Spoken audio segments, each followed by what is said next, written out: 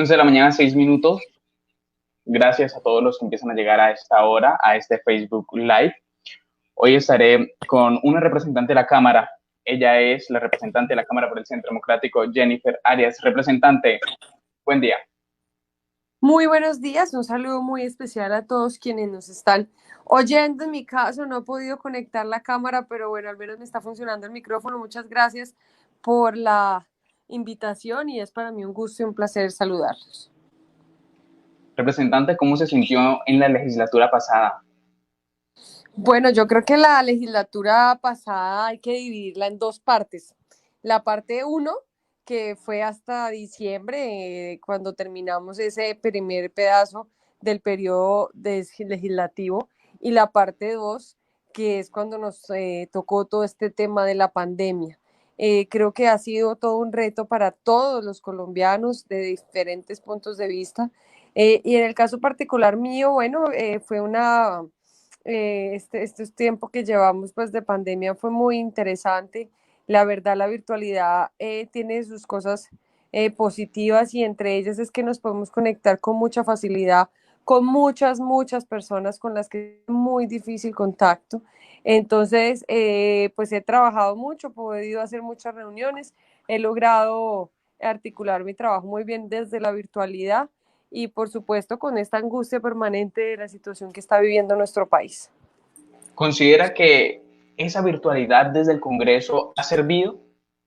Yo creo que sí, fíjese que nosotros por diferentes motivos, las personas a veces no entienden mucho por qué los congresistas solo sesionamos 3 días en Bogotá.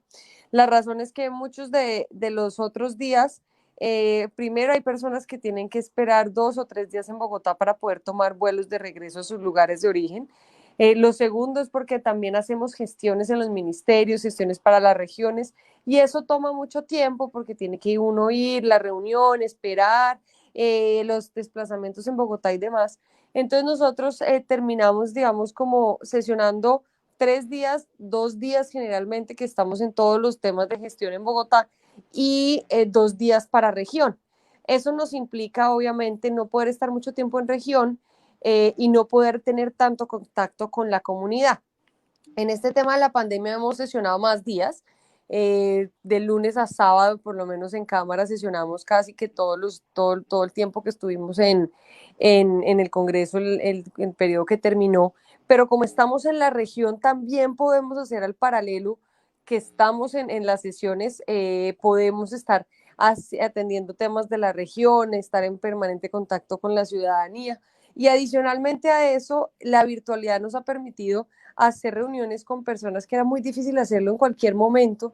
Por ejemplo, en el caso mío de poder llegar a un municipio como Uribe, era difícil. Entonces creo que ha sido muy bueno y nos ha permitido acercarnos mucho más a la ciudadanía de lo que se nos permitía en el sentido de que fuera posible antes. Muchos han dicho que debido a esa virtualidad se perdió el debate de control político. ¿Considera que ese debate de control político se perdió desde la virtualidad? No, yo considero incluso todo lo contrario. Es que yo la verdad no comparto esa apreciación por una razón, y es que no veo cuál es la diferencia entre estar en el recinto como tal, obviamente partiendo de la base que esto es un tema excepcional, pero no veo cuál es la diferencia de estar en el recinto como tal que hacerlo desde la virtualidad, en donde además es muchísimo más sencillo que un colombiano del común pueda ver el control político que estamos haciendo. Cuando nosotros hacíamos debates de control político en el Congreso, era imposible que lo vieran. No teníamos esta posibilidad porque las personas estaban en sus trabajos, porque no había una cultura de virtualidad, porque no seguían, digamos, nuestros procesos. Hoy, y no iban muchos invitados. Nosotros, por ejemplo, yo que estoy en la Comisión Séptima, hacíamos debates de la salud, iban, no sé, 5, 10 invitados. Nosotros hemos hecho debates con 100 personas, con personas que participan, que preguntan, que nos dicen. ¿Por qué? Porque si nosotros lo hiciéramos en el recinto únicamente, las personas les queda difícil viajar de Chocó, de San Andrés, de Baupés, del Guaviare. Es difícil desplazarse, es difícil porque no hay vuelos, por los costos, por X cantidad de cosas. Y hoy en día pueden participar activamente en el debate de control político estando en su región, sin abandonar sus funciones, porque iban al Congreso y se demoraban 2 o 3 días en todo el trámite para ir a un debate de control político. Hoy están en el debate 5 horas que dura, o 6, o el tiempo que dura el debate, y retoman inmediatamente sus actividades. Entonces yo sí considero que, por el contrario, hemos podido hacer un control político mucho más efectivo con la virtualidad, porque se permite la participación de la ciudadanía, algo que antes no veíamos. Para mí eso ha sido demasiado enriquecedor y ha sido una de las cosas importantes de rescatar de la virtualidad. El 20 de julio, cuando ustedes estaban registrando, recuerdo mucho que usted dijo que respondiéndole al país de forma responsable, ¿considera que fue irresponsable los congresistas que fueron al Salón Elíptico a sesionar desde allá? En mi opinión, sí. Yo soy una mujer muy respetuosa de las decisiones que toman mis compañeros. Cada uno de nosotros es autónomo y libre e independiente de tomar las decisiones que quieran, pero a mí sí me parece irresponsable por varias razones. La primera, porque no es necesario. Es decir, uno sabe que hay muchas personas que están saliendo a trabajar, pero porque su labor y su función es necesaria presencial. Una persona que trabaja en una obra, que hace viviendas de interés social, los médicos, la fuerza pública, los funcionarios del Estado que hacen todo el proceso de repartir las ayudas humanitarias, y el sector comercio. Es decir, hay un montón de personas que pues deben hacer su actividad en su lugar de trabajo. Nosotros no tenemos. Nosotros la podemos hacer perfectamente virtual. Dígame cuál es la diferencia entre estar en su casa en la virtualidad y estar en el Congreso igualmente conectado desde la virtualidad. Porque es que no es que estén en el Congreso votando normal, como hacemos normalmente, en el sistema de la Cámara, sino están en el Congreso votando en la virtualidad, participando a través de el programa virtual.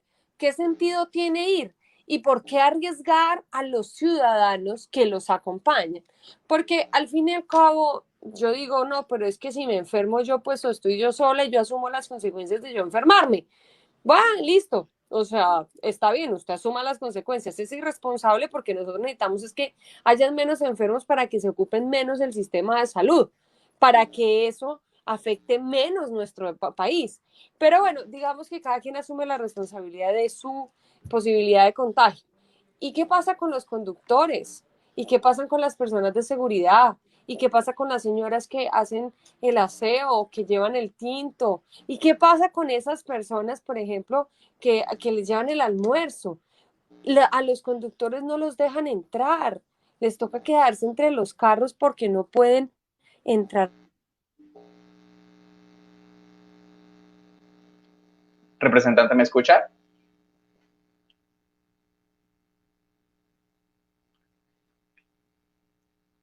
Ninguno no cambia Representante. nada. Lo que cambia es el debate. Entonces, ¿en qué cree que radica la intención de que algunos congresistas, porque los que fueron a sesionar al Capitolio fueron de la oposición, cree que ellos van a sesionar y tienen esa excusa simplemente por ser oposición o porque ellos sí consideran que todo el Congreso debería sesionar de forma presencial?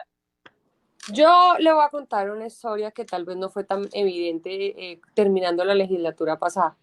Terminando la legislatura pasada, nosotros llegamos a un acuerdo todos los partidos, incluyendo la oposición, que para manejar de una mejor manera los debates, porque a veces se nos desordenaban, cada partido podría enviar unos delegados a el recinto para ayudarle al presidente a organizar los debates. Ese fue el acuerdo que hicimos con la oposición y demás. Máximo podían estar 50 personas. ¿Por qué? Porque eso dice la emergencia sanitaria, no pueden estar más de 50 personas, eso incluyendo los auxiliares, incluyendo toda la parte de la mesa directiva, las señoras del aseo y demás. Eso daba más o menos que podríamos ir entre máximo 35 parlamentarios. Nosotros como Centro Democrático teníamos la vicepresidencia de la Cámara, entonces nuestro parlamentario fue a acompañar, por supuesto, las sesiones por su trabajo como mesa directiva. Ningún otro parlamentario del partido fue, a excepción de un día porque estaba presentando un proyecto y quería estar allá. La primera vez que pudieron asistir fueron todos, la segunda vez fueron menos, la tercera vez ya no fue nadie. Y no fue nadie porque hubo una alerta, porque uno de nuestros compañeros dio positivo para COVID. ¿Esto qué significa? ¿Cuál es la necesidad de ir? Ninguna. Simplemente decirle y hacer drama y hacer show y decir, oiga, yo sí trabajo porque es simplemente un show mediático para poder subir likes y salir en televisión y en los medios de comunicación. Pero en la efectividad, pues no son efectivos. De hecho, nos entorpecen muchas veces nuestro funcionamiento porque en el recinto la señal no es buena y adicionalmente a eso el sonido y el eco es muy malo. Entonces nos toca esperar 2, 3, 4 minutos cada vez que van a intervenir para que pueda funcionar. Que si ellos quieren ir, eso es un asunto de ellos, que considero que es irresponsable, sí lo considero irresponsable, porque están poniendo en riesgo no solamente la vida de ellos, sus familias, que al final es su decisión, sino están poniendo en riesgo la vida de quienes trabajan para ellos, que no es la decisión de quienes están trabajando, pero adicionalmente a eso las familias de ellos y la posibilidad de aumentar el contagio. Entonces, sinceramente considero que nosotros podemos seguir haciéndolo como estamos haciéndolo, dando ejemplo, cuidando a quienes trabajan con nosotros y por supuesto dándole la cara al país, que la damos con mayor facilidad a través de las redes sociales. Representante, quedó a gusto con Germán Blanco en la presidencia de la Cámara. Sí, por supuesto que sí, me parece un hombre con unas condiciones humanas muy importantes, un hombre muy serio, de unas grandes capacidades y considero que nos representará muy bien como presidente de la Cámara de Representantes. Y como congresista, ¿qué opina de la elección del presidente del Senado? Bueno, yo soy respetuosa siempre de las decisiones del Senado de la República. Considero que así como yo siempre he pedido que respeten nuestra voluntad al elegir como Cámara, pues también lo hago con el Senado. Pero también considero que nosotros no podemos seguir continuando en el país haciendo juicios morales porque a mí se me ocurrió o porque yo creo que alguien está actuando mal, porque terminamos en esa posibilidad de dañarle la imagen a una persona sin ni siquiera haber sido condenada y sin nadie saber si es o no culpable.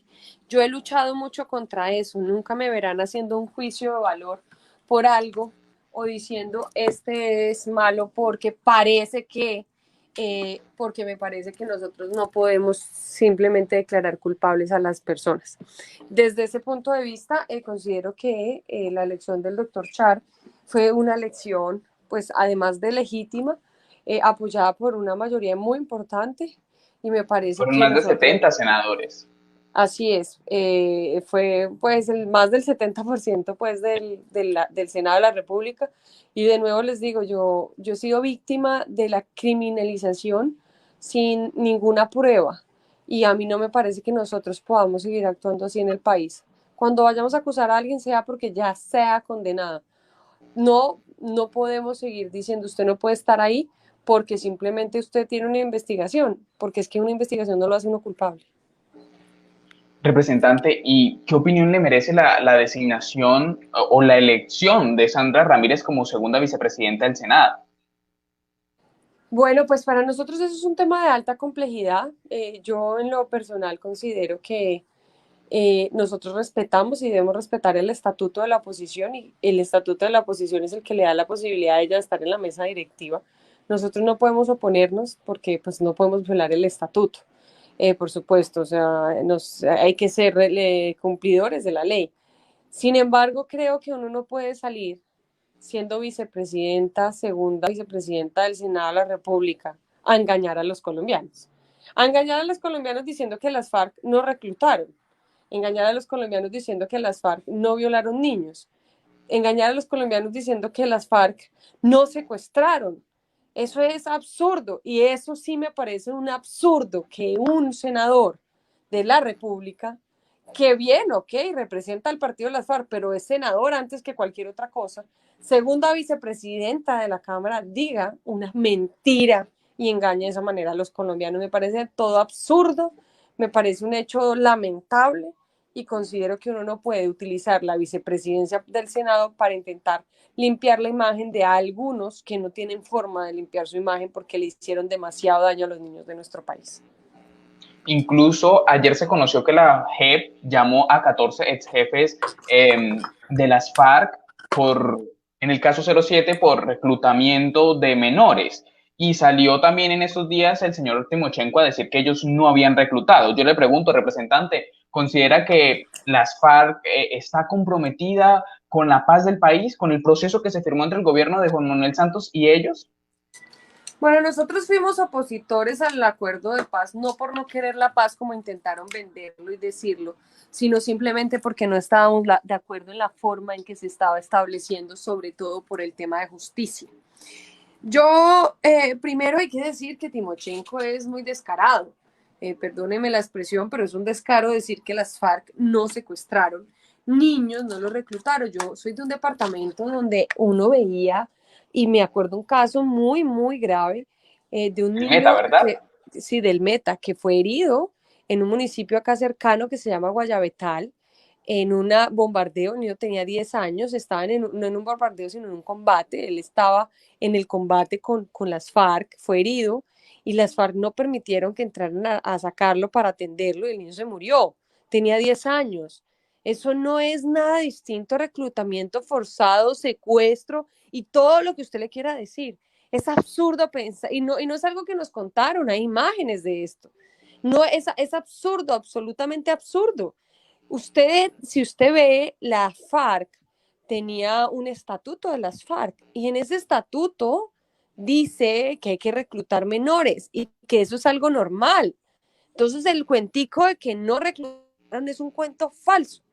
Ahora, yo creo que esto le hace mucho daño a la paz, que si viéndola compartir finalmente ya está, y le hace mucho daño en que los miembros del partido FARC salgan a mentirle a Colombia, a engañar a los colombianos o a pretender engañarnos, porque sé que no los engañan, diciendo que es mentira. Pero adicionalmente a eso, creo que las FARC como partido tienen una responsabilidad política, porque es que ellos están ahí gracias a los colombianos que le permitimos estar ahí. Ellos no están ahí porque ellos son buenos o porque son unos excelentes congresistas, no, están ahí con unos curules que les regalaron porque fue el acuerdo de paz, y tienen que respetar nuestras leyes, la Constitución colombiana y sobre todo la legalidad. Y por esa razón considero que sí le está fallando el partido de las FARC a los colombianos y al acuerdo, porque no están diciendo la verdad, arrancando que decir que ellos no reclutaron es mentira. Entonces no le están diciendo la verdad a los colombianos, no están reparando a las víctimas, no nos han dicho dónde están sus bienes, y adicionalmente a eso hay un grupo de disidentes que ellos dicen no tener ningún tipo de contacto, que están destruyendo el sur del Meta con deforestación y narcotráfico. Y yo siempre les he pedido, y le he pedido al partido de las FARC específicamente, que actúe con la responsabilidad que tiene y nos diga cuáles son las rutas del narcotráfico, dónde están y dónde están esos campamentos, porque ellos saben dónde están, porque no están ahí hace un año o dos, llevan ahí años encristados en la sociedad, ellos saben quiénes son, ellos tienen la obligación con los colombianos de decirnos dónde están y cuáles son las rutas del narcotráfico, y ayudarle, sobre todo a la inteligencia militar, para poder capturar a esos bandidos. Lo que pasa es que son sus antiguos socios y sus antiguos amigos, y pues no quieren, por supuesto, entregarlos. Sí, esta semana también Timochenko dijo que desde que Santrich se fue, se fugó, él no ha tenido contacto con él. ¿Cree que no han tenido contacto de verdad? Bueno, yo le quiero hacer mencionar dos cosas ahí. La primera es que cuando Santrich estuvo en el Congreso, yo fui una, o la primera seguramente parlamentaria que se fue de la sesión, porque me parecía inaudito. Yo ese día estaba muy dolida, muy afligida, muy afectada de ver un tipo como ese en el Congreso de la República burlándose de los colombianos, burlándose de las víctimas. Para mí fue absolutamente doloroso. Estábamos estudiando un proyecto de ley, yo me levanté, me fui, les dije, yo no soy capaz de verlo, porque me parece que es un acto de vergüenza para nuestros niños, para aquellas mamás que sus hijos fueron violados, que hoy tienen hijos con muchísimos traumas, con muchísimos dolores, que fueron violados por San Jesús Santrich. Entonces, lo primero es que realmente es muy doloroso lo que ocurrió. Lo segundo es que yo hice personalmente la denuncia a la JEP y les dije, se les va a volar, porque él está haciendo todo para escaparse del país. No me prestaron atención, nunca los requirieron, jamás dijeron nada, y cuando ya se había volado, bueno, ayudaron para que lo soltaran, y le ayudaron de alguna manera para volarse. Y cuando ya se había volado, ahí sí dijeron, ay, sí, no, excluyámoslo del proceso. Eso no tiene ningún sentido ni ninguna presentación. Y yo la verdad es que creo que sí, Timochenko tiene que haber hablado con él en múltiples oportunidades. Yo no dudo que tengan comunicación y no dudo tampoco que aún después de que salieron a decir que la nueva Marquetalia y que iban a reconstruir la nueva Marquetalia, entonces ellos sigan sin comunicación. Sinceramente lo dudo, porque si no es así, ¿por qué no ayudan al gobierno a capturar a esos bandidos? ¿Cree en la JEP? La verdad es que no.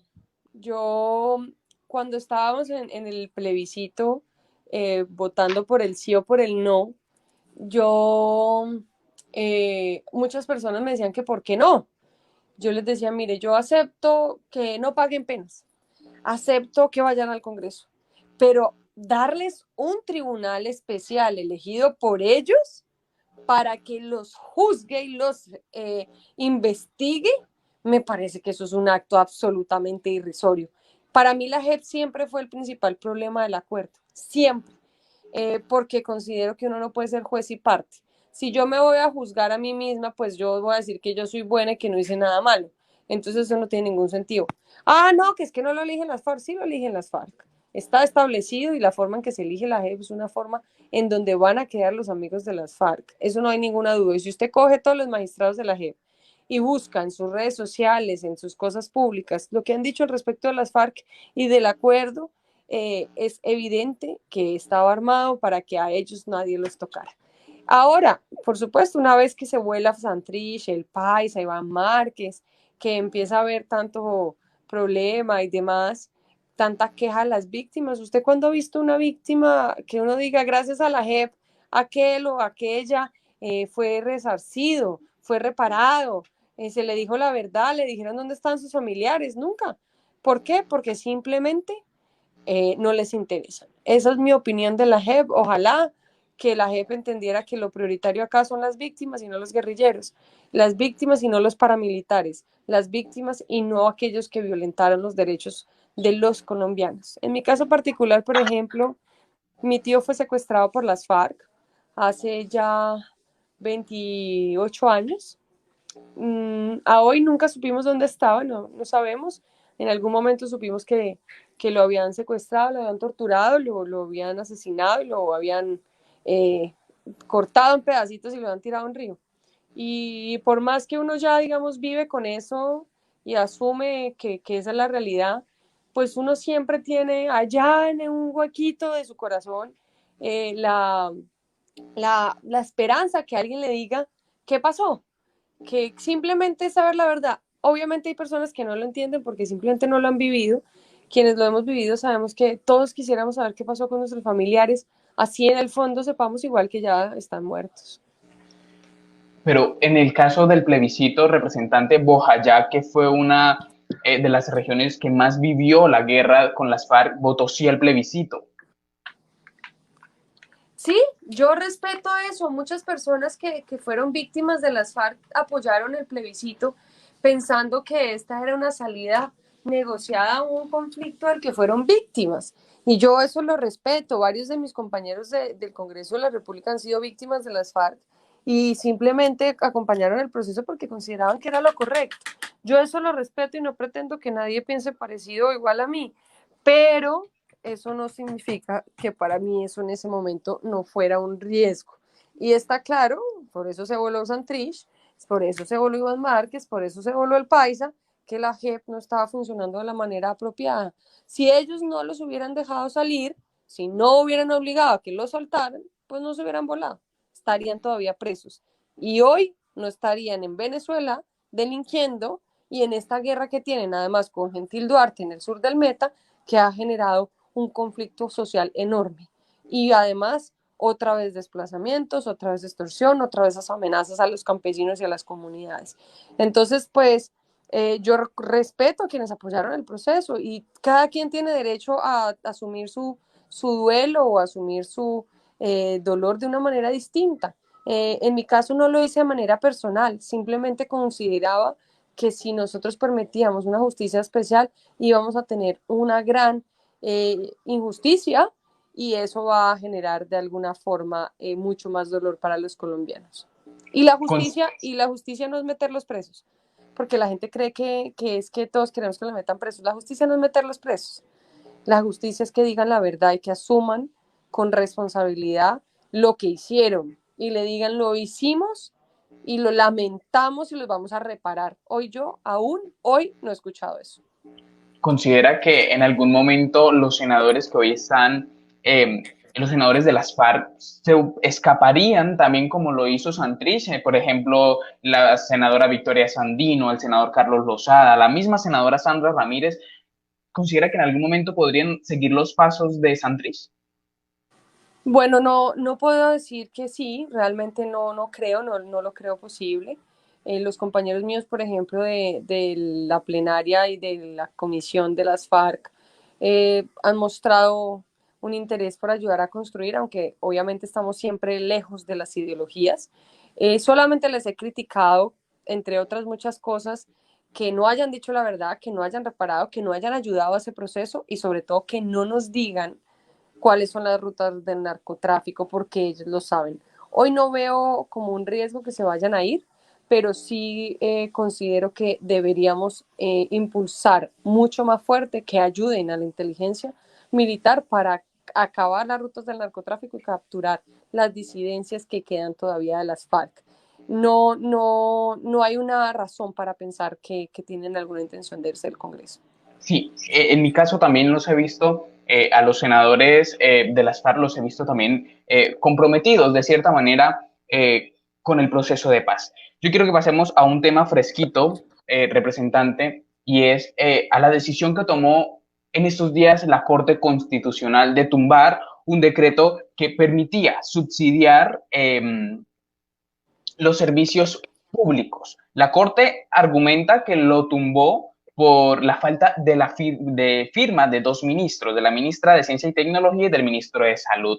En sus redes sociales usted dijo que pues la Corte, que había una desconexión de la Corte con los colombianos. ¿Considera que fue una desconexión de la Corte con los colombianos o fue una negligencia del gobierno nacional para que hiciera firmar el decreto?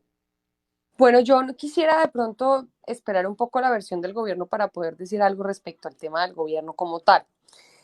Se expidieron, no sé, cerca de 400 o 500 decretos en esta emergencia y pudo haberse considerado que para este en particular no era necesaria la firma de los ministros, que faltaron por firmar.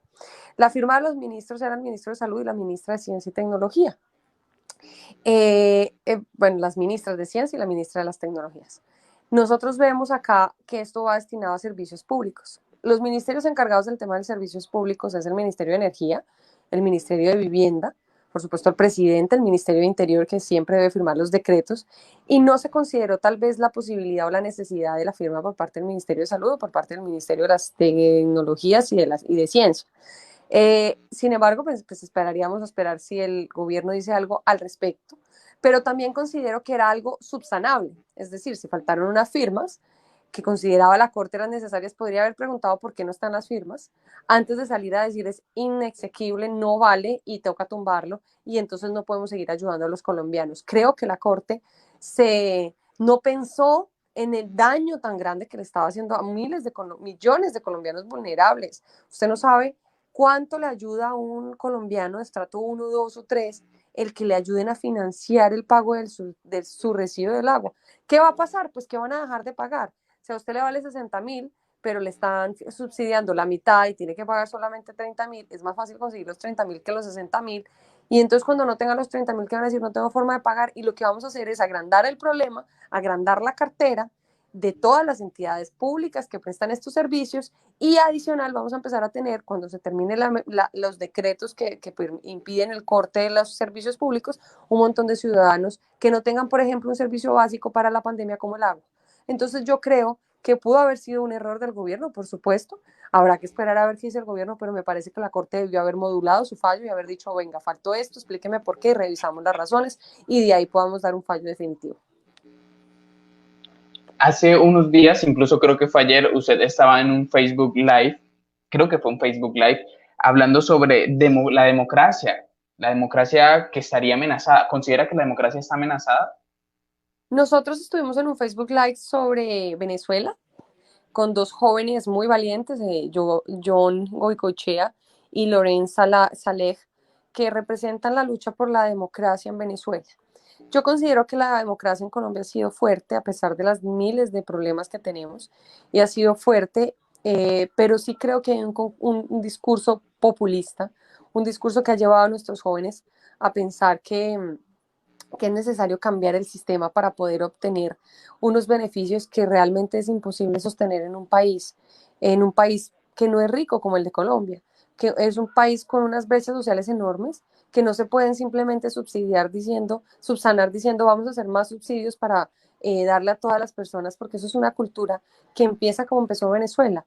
Vamos a subsidiar todo, le vamos a regalar todo, y terminó Venezuela en lo que está hoy, quebrada, con millones de inmigrantes, con un problema social interno enorme, con un sistema de salud que no presta los servicios de salud, con un sistema democrático acabado. Entonces creo que sí es importante contarle a los jóvenes las razones por las cuales está así Venezuela y por qué razón nosotros debemos mantener un equilibrio entre apoyar y ayudar a las poblaciones más vulnerables y pensar que para todo un país son las mismas condiciones. Nosotros lo que buscamos es abrir un poco la mente de los jóvenes a decirles hay que tener una responsabilidad con las finanzas públicas porque el Estado no produce dinero, el Estado no tiene suficiente dinero para poder subsidiar todo lo que se pretende subsidiar y no podemos quebrar el Estado. Entonces, más que pensar que ahora está en este momento de una emergencia ya a la democracia y una amenaza ya para la democracia, sí es importante empezar a ver cuáles son esos discursos que nos pueden llevar a acabar con nuestra democracia. ¿Quién es el que imparte ese discurso del que usted mencionó, un discurso populista? Bueno, hay muchas corrientes y muchas tendencias llevando este discurso populista. Uno de ellos, por supuesto, sin ninguna duda, el senador Gustavo Petro, que siempre, que incluso en medio de esta pandemia sale a manifestarse, a decir que pide que haya amparos y a la Obediencia protesta civil. social y a la desobediencia civil. En este momento lo que necesitamos es estar unidos, solamente la única manera de sacar esto adelante, no importa si no es de derecha, de izquierda, de centro, de nada. Aquí lo que necesitamos es estar unidos aportando ideas para solucionar, pero ideas realizables. Uno no puede decir, listo, vamos a pagarle un salario mínimo, como está diciendo el Comité del Paro, por ejemplo, a 30 millones de colombianos porque el Estado no tiene cómo y además no hay necesidad de darle un salario mínimo a tantos colombianos porque hay una población importante que tiene empleo que no necesita ese subsidio. Es un discurso populista que lo que busca es decirle a las personas, oiga, yo propongo que a usted le den un salario mínimo sin importar las consecuencias que esto tenga y conlleve para el país.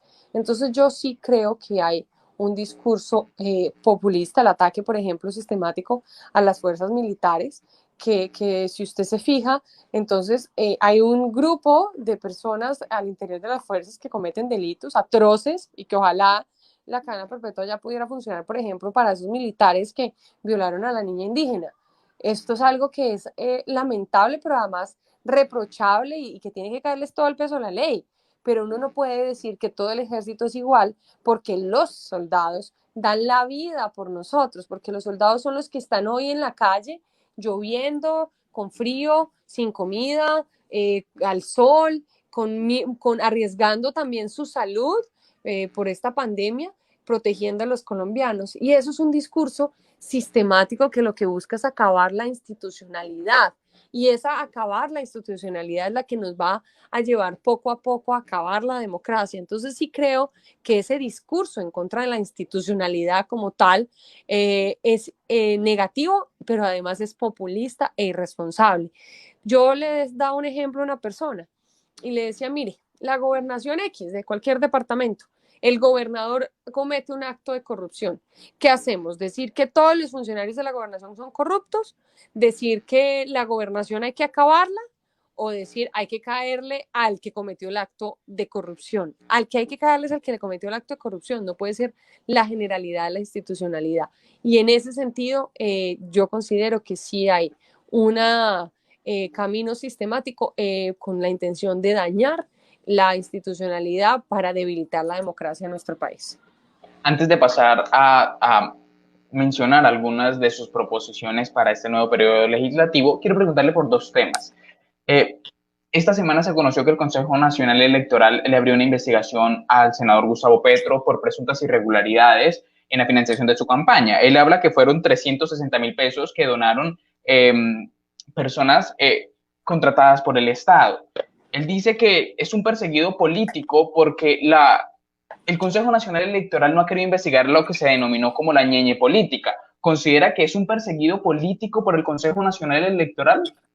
Bueno, lo primero es que sí se está investigando la niña política. Hay expedientes, hay Pero no ha citaciones, avanzado, ha hay... avanzado muy poco.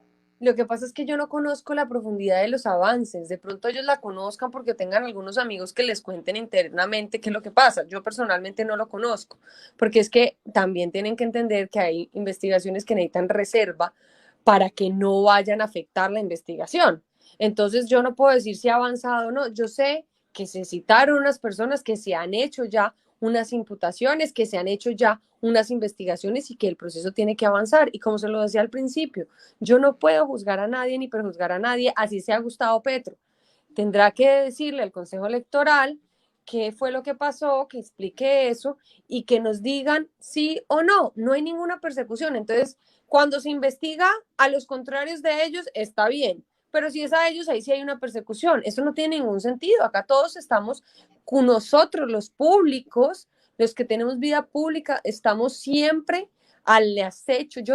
Incluso yo fui candidata a la alcaldía de Villavicencio y tuve en mi momento una investigación del Consejo Nacional Electoral. Yo nunca dije, me están persiguiendo, me están buscando la caída, nada, simplemente contesté, le expliqué al Consejo Nacional Electoral, vieron, tiene toda la razón, ha quedado usted liberada de esta investigación. Entonces, ¿ellos qué tienen? ¿Tienen una inmunidad?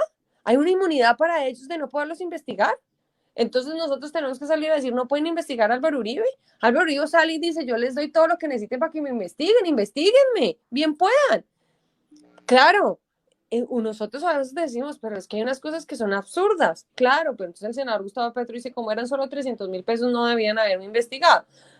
Eso es real, entonces si se roban poquito está bien, pues si se roban mucho no. No, es que no puede estar mal ni siquiera un peso. Y eso es lo que nosotros no compartimos. Por supuesto, a él lo pueden investigar y él lo sabe porque él es un servidor público, así como cualquiera de nosotros. Así que no hay ninguna persecución hacia él, simple y llanamente el Consejo Nacional está cumpliendo su función. Entonces, cuando la cumple la función, para otros está mal, pero cuando es para él, es para otros está bien, pero cuando el país es para él está mal. No, yo sí creo que acá lo que tienes que decirle a los colombianos, por ejemplo, y yo digo, hombre, uno tiene que ser muy cínico como el senador Gustavo Petro para decir que es que los demás son malos, que es que hay unas cosas raras cuando recibió una plata en bolsas, cuando recibió una plata en un acto de claramente una ilegalidad de estar recibiendo eso por una campaña y no reportarlo. Eso es ilegal, pero para él eso está bien porque es él. Y los demás, entonces no, a los otros investiguenlo, pero a mí no porque yo tengo una inmunidad. No, para todas las leyes es exactamente igual. ¿Ha visto alguno de los capítulos de esa serie que se hizo literalmente en contra del senador Uribe? No, realmente no. Yo soy una persona que no suele ver cosas negativas, no me gusta hacerlo. Nunca lo hago, siempre considero que es algo nocivo y que no veo ni a favor ni en contra de nadie, de absolutamente ninguna persona, porque creo que eso no construye absolutamente nada para la democracia. Entonces no lo he visto, nunca lo haría y tampoco apoyaría algo así contra ninguna otra persona, además porque está plagado de mentiras, de falencias, de falsas verdades y considero que nosotros debemos ser respetuosos y responsables con lo que divulgamos. El senador Nicolás Pérez quiere que para las próximas elecciones de Congreso quien aspire tenga un título universitario. ¿Considera próspera esta propuesta en el Senado, representante? Mire, para mí ha sido una dicotomía el tema por una razón fundamental, es que creo que todos tenemos derecho a ser elegidos, de postularnos y ser elegidos, sin importar nuestra condición social, nuestra condición académica y nuestra condición económica. Sin embargo, en el Congreso de la República se hacen las leyes y a veces realmente la formación académica nos permite poder estudiar a fondo muchos temas para evitar o para poder ayudar a construir un mejor país. Así que digamos que desde ese punto de vista sí sería importante que tenga una formación académica para poder lograr que lo que se estudie en el Congreso pues se haga de una manera apropiada. Sin embargo, conozco muchas personas, muchísimas personas que no tienen ninguna formación académica, que tienen una capacidad enorme de estudiar estos proyectos, de entenderlos y que tienen la experiencia y han ganado la experiencia aun cuando no tengan un título profesional. Sin embargo, también considero que si uno mira las cifras, pues los no titulados del Congreso de la República no se han titulado porque varios de ellos son jóvenes que han estado estudiando mientras son congresistas. Y entonces, pues quedan como bachilleres porque no se han graduado, pero son personas que ya terminaron sus estudios y tienen pendiente o la tesis o el grado. Es decir, también hay que ser un poquito como equilibrar un poco la balanza. Me parece que es una buena propuesta, hay que estudiarla muy bien porque tampoco quisiéramos que se le cerraran las puertas a algunas personas que tienen el talento, pero que de pronto no tuvieron la oportunidad de estudiar. Ahora yo quiero que pasemos a las proposiciones que usted trae para esta nueva legislatura. Estuve revisándolas y trae bastantes. Trae, creo que son 42 las que trae para este nuevo periodo legislativo. Y me gustaría que comentáramos algunas de ellas. Me llamó la atención una que es regulación del matrimonio entre jóvenes. Sí, yo presenté 42 proyectos de ley y actos legislativos, digamos, sumando los dos, de la cual soy autora de varios, coautora de otros tantos. Uno de ellos, que es de mi autoría, es la regulación del matrimonio a menores.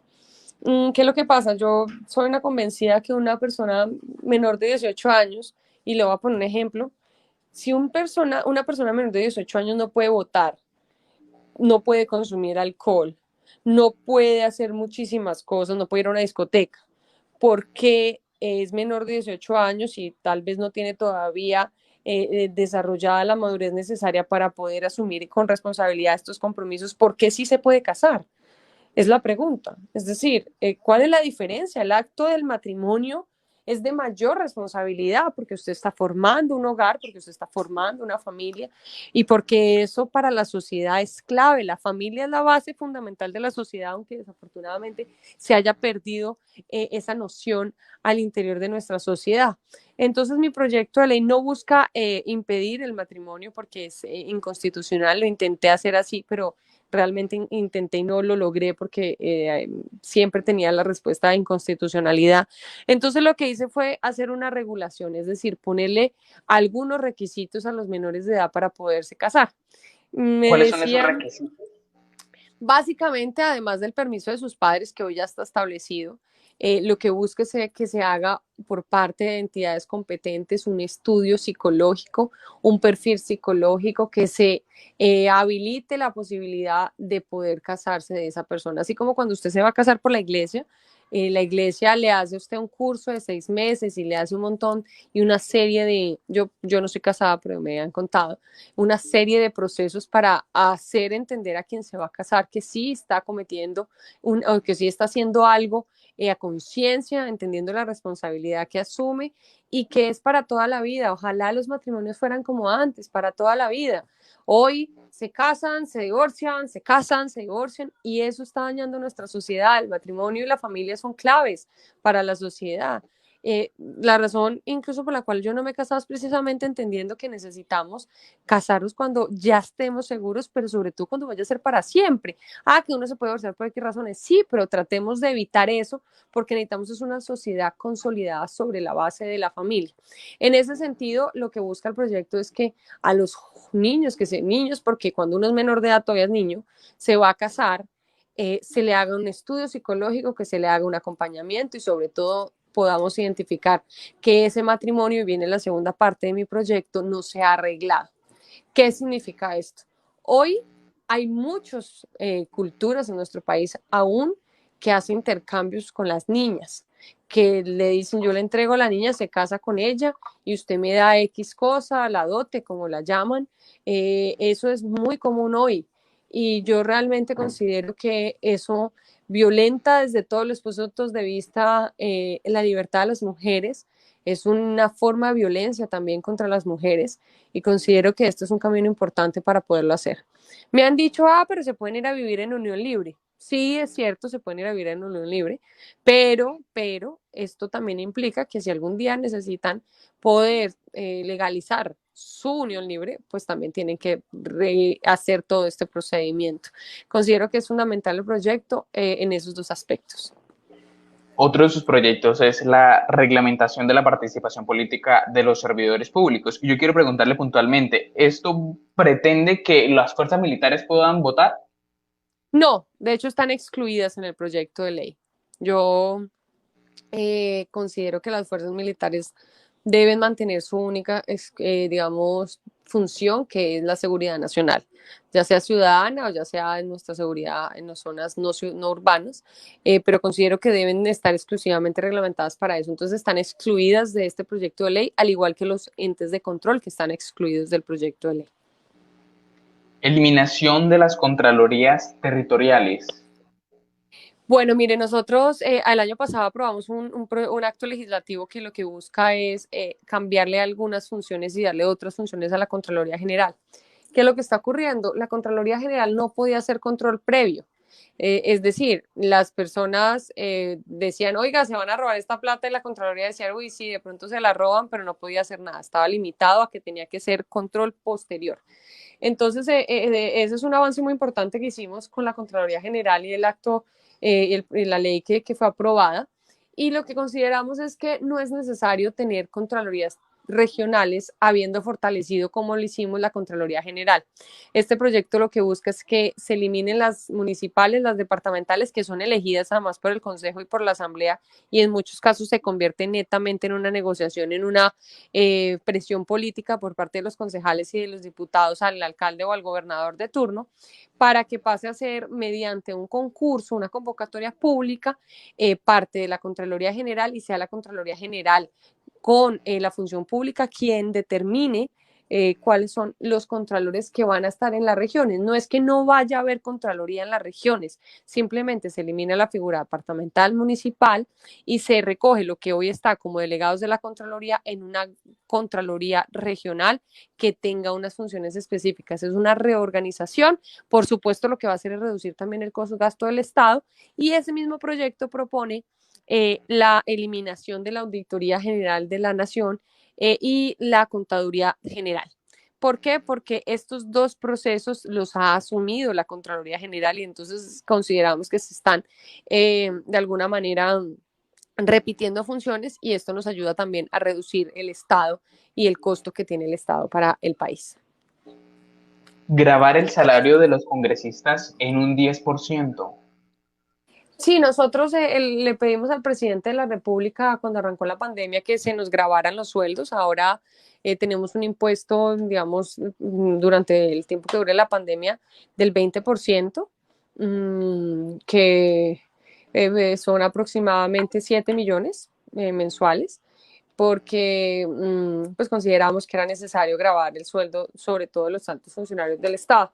Entonces ahora consideramos que es importante hacerle un impuesto adicional de 10%, de manera un impuesto permanente a todos los congresistas. No lo podemos hacer a todos los funcionarios del Estado porque eso requiere unas condiciones distintas, pero sí lo podemos hacer con los congresistas y eso fue lo que presentamos. Y por ejemplo, ese de agravar el salario de los congresistas, ¿cree que sea próspero en el Congreso? Yo creo que sí, yo creo que con la situación económica del país los congresistas van a comprender que es necesario este impuesto para el país. Yo quiero preguntarle, representante, ya para ir finalizando, ¿cómo cree que ha manejado Duque y Claudia López la emergencia sanitaria? Bueno, yo creo que el presidente Duque lo ha hecho de una manera muy acertada. Creo que el presidente ha actuado de una manera responsable. Considero que ha sido una persona honesta y adicionalmente a eso conciliadora, que sabe trabajar en equipo, y me parece que lo ha hecho muy bien con todas las complicaciones que esto tiene. Yo escuchaba críticas y yo, por ejemplo, al ingreso solidario, que es que no, que es que hay personas que no les llegó. Yo les decía, este ingreso solidario fue hecho en 2 semanas para 3 millones de familias. Eso no es fácil poder hacer eso, no es sencillo. Entonces, creo que lo ha hecho muy bien, de manera excelente el presidente, comunicándole permanentemente a los colombianos buenas o malas noticias, porque comunicar lo bueno es fácil, pero comunicar lo malo no. Entonces, comunicarle a los ciudadanos que se va a una cuarentena permanente o que se va a una cuarentena o que se extiende la cuarentena no es fácil. Así que yo reconozco mucho el trabajo del presidente Duque, creo que lo ha hecho muy bien y creo que lo va a seguir haciendo muy bien, aun cuando hayan cosas que de pronto no diga vamos a mejorar, pero en general considero que el gobierno lo ha hecho muy bien, el gobierno nacional. En cuanto a la alcaldesa de Bogotá, bueno, yo he sido muy crítica de la alcaldesa por varias razones.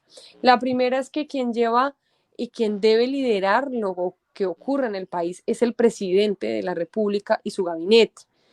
Y ella siempre ha tenido la tendencia de salir, atacar el gobierno con decisiones que ella ya sabe tomó el gobierno para que digan, vamos a hacer esto, y ella diga, así ve, gracias a mí.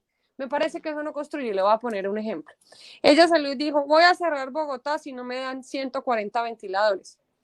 El gobierno se había comprometido con darle 270. Ella ya lo sabía, los ventiladores estaban llegando.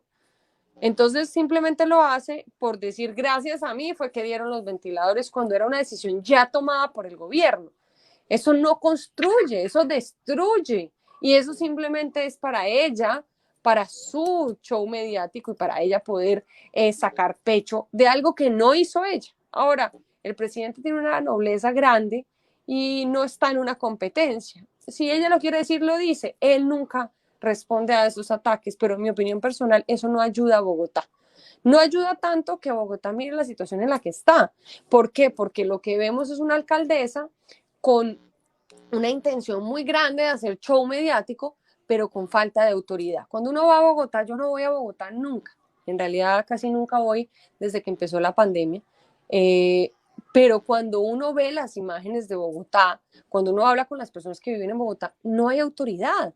La gente está saliendo común y corriente, no se ha respetado la cuarentena, por ejemplo, como la han venido construyendo por región, por sectores, y lo que está pasando es que simplemente no hay autoridad. Cuando no hay autoridad pasa lo que ocurre en Bogotá. Y creo que la alcaldesa sí está un poco en deuda de no hablar tanto, no criticar tanto, no pelear tanto, no sacar pecho por algo que no hizo y sí generar más autoridad, generar más cultura de autocuidado en su ciudad y dar ejemplo porque esa es la forma de gobernar. ¿Cataloga a Claudia López como populista? Sí, sí, yo creo que en algunas cosas es populista. Y le pongo otro ejemplo. Salieron a decir que el ingreso solidario del gobierno del presidente Duque eran 160.000 pesos y que eso era una miseria. Pero hay en Una Bogotá, limosna, dice el sí, senador Marulanda. que es una miseria, pero la señora Claudia López en Bogotá da 134.000 pesos y eso sí es bueno, eso sí lo salen a celebrar y a festejar y a felicitar a la alcaldesa de Bogotá. Entonces uno dice, a ver, ¿dónde está el equilibrio? El populismo, salgamos a criticar al gobierno para ocultar que nosotros estamos haciendo algo menor a lo que está haciendo el gobierno. Populismo. Una penúltima pregunta. ¿Qué le pareció los 2 días sin IVA? Bueno, yo creo que los días sin IVA nos permitieron hacer varias reflexiones. La primera de reflexión es que no tenemos cultura ciudadana. Realmente, no todos los ciudadanos, no todas las ciudades, pero cuando uno veía esas filas, uno decía, hombre, o sea, por Dios, si usted llega y ve esa fila, no la haga, váyase para su casa. Por favor, cuídese, autocuidado. Entonces uno dice, no hemos aprendido.